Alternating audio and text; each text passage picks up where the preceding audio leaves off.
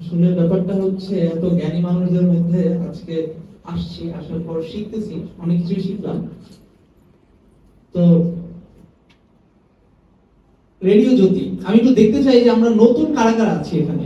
New, একদম আজকেই নতুন আসছি। 1 2 3 4 5, আচ্ছা ঠিক আছে। তো আমি এরকম একদিন নতুন এসেছি এরকম কোন একটা প্রোগ্রামে। তো আমি একটু আমার গল্পটা বলি, তাহলে আপনারা যারা নতুন আছেন তারা বুঝতে পারবেন যে আমরা আসলে কোথায় আছি কিংবা কি ব্যাপারটা কি। একটু নতুন যারা আছেন আর পুরাতন যারা আছেন তারা তো অলরেডি রেডিও জ্যোতির পরিবারের সাথে থেকে অনেক কিছুই পেয়েছেন, অনেক কিছু শিখেছেন, সেটা তো অবশ্যই। সেটা হচ্ছে গল্পটা এরকম ছিল, তখন আমি বিকেলবেলা আপনার আমি একটু লেখালেখি করি, তো লিখছিলাম। এমন সময় আমার একটা ফ্রেন্ড বললো, আশিক এরকম এরকম একটা বিষয় রয়েছে, বুদ্ধিভিত্তিক মানুষদের দরকার।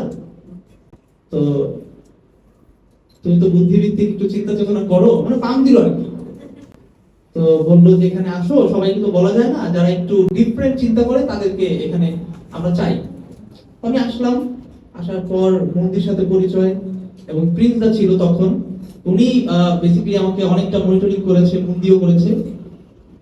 তো এসে আমার অলমোস্ট 1.5 থেকে 2 বছর হয়ে গেছে। আমার মনে হয় না এমন কোনো program, not a single program, যে প্রোগ্রামে আমি কোনো কিছু শিখি নাই। মানে যখনই আসি তখনই কোনো না কোনো কিছু শিখি। আর আনন্দ, লার্নিং, ফান, এটা তো থাকেই। যেমন আমাদের আজকের প্রোগ্রামটা দেখেন, একটা লার্নিং কিন্তু আমাদের ছিল, তার সাথে আমাদের প্রথমে ছিল কিন্তু হচ্ছে ফান, এরপর কিন্তু হচ্ছে আমাদের লার্নিংটা। এখন আবার হয়তো একটু ফান হবে, তার আগে একটু রেডিও যদি সম্পর্কে জানি।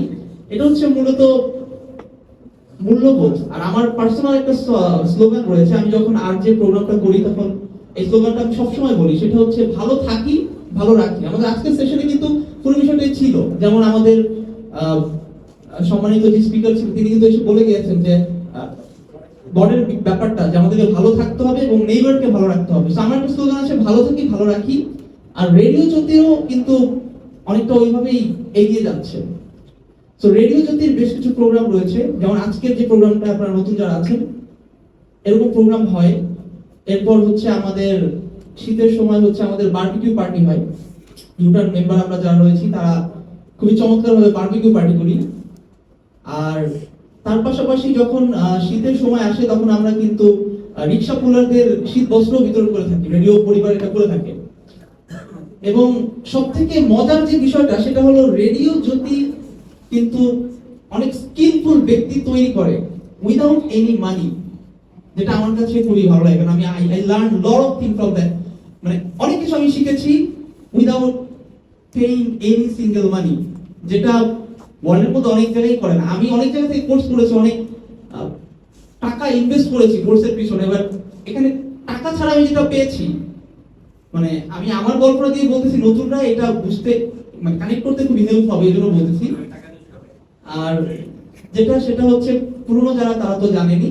এবং সেই সাথে আমাদের একটা ট্যুর হয় প্রতি বছরই, রেডিও জ্যোতির তরফ থেকে একটা ট্যুর হয় বিভিন্ন জায়গায়। যেমন গত বছর আমরা গিয়েছিলাম হচ্ছে, কোথায় গিয়েছিলাম পুরনো কারো মনে আছে কোথায় গিয়েছিলাম গত বছর? তো ড্রিম হলিডে পার্কটা যখন আমরা যাই, আমার মনে আছে যে এক একজন আমরা এখানে পুরনো মুখ দেখতে পাচ্ছি, মানে পানির মধ্যে আমরা পুরো ভেসে গিয়েছিলাম পুরো সবাই।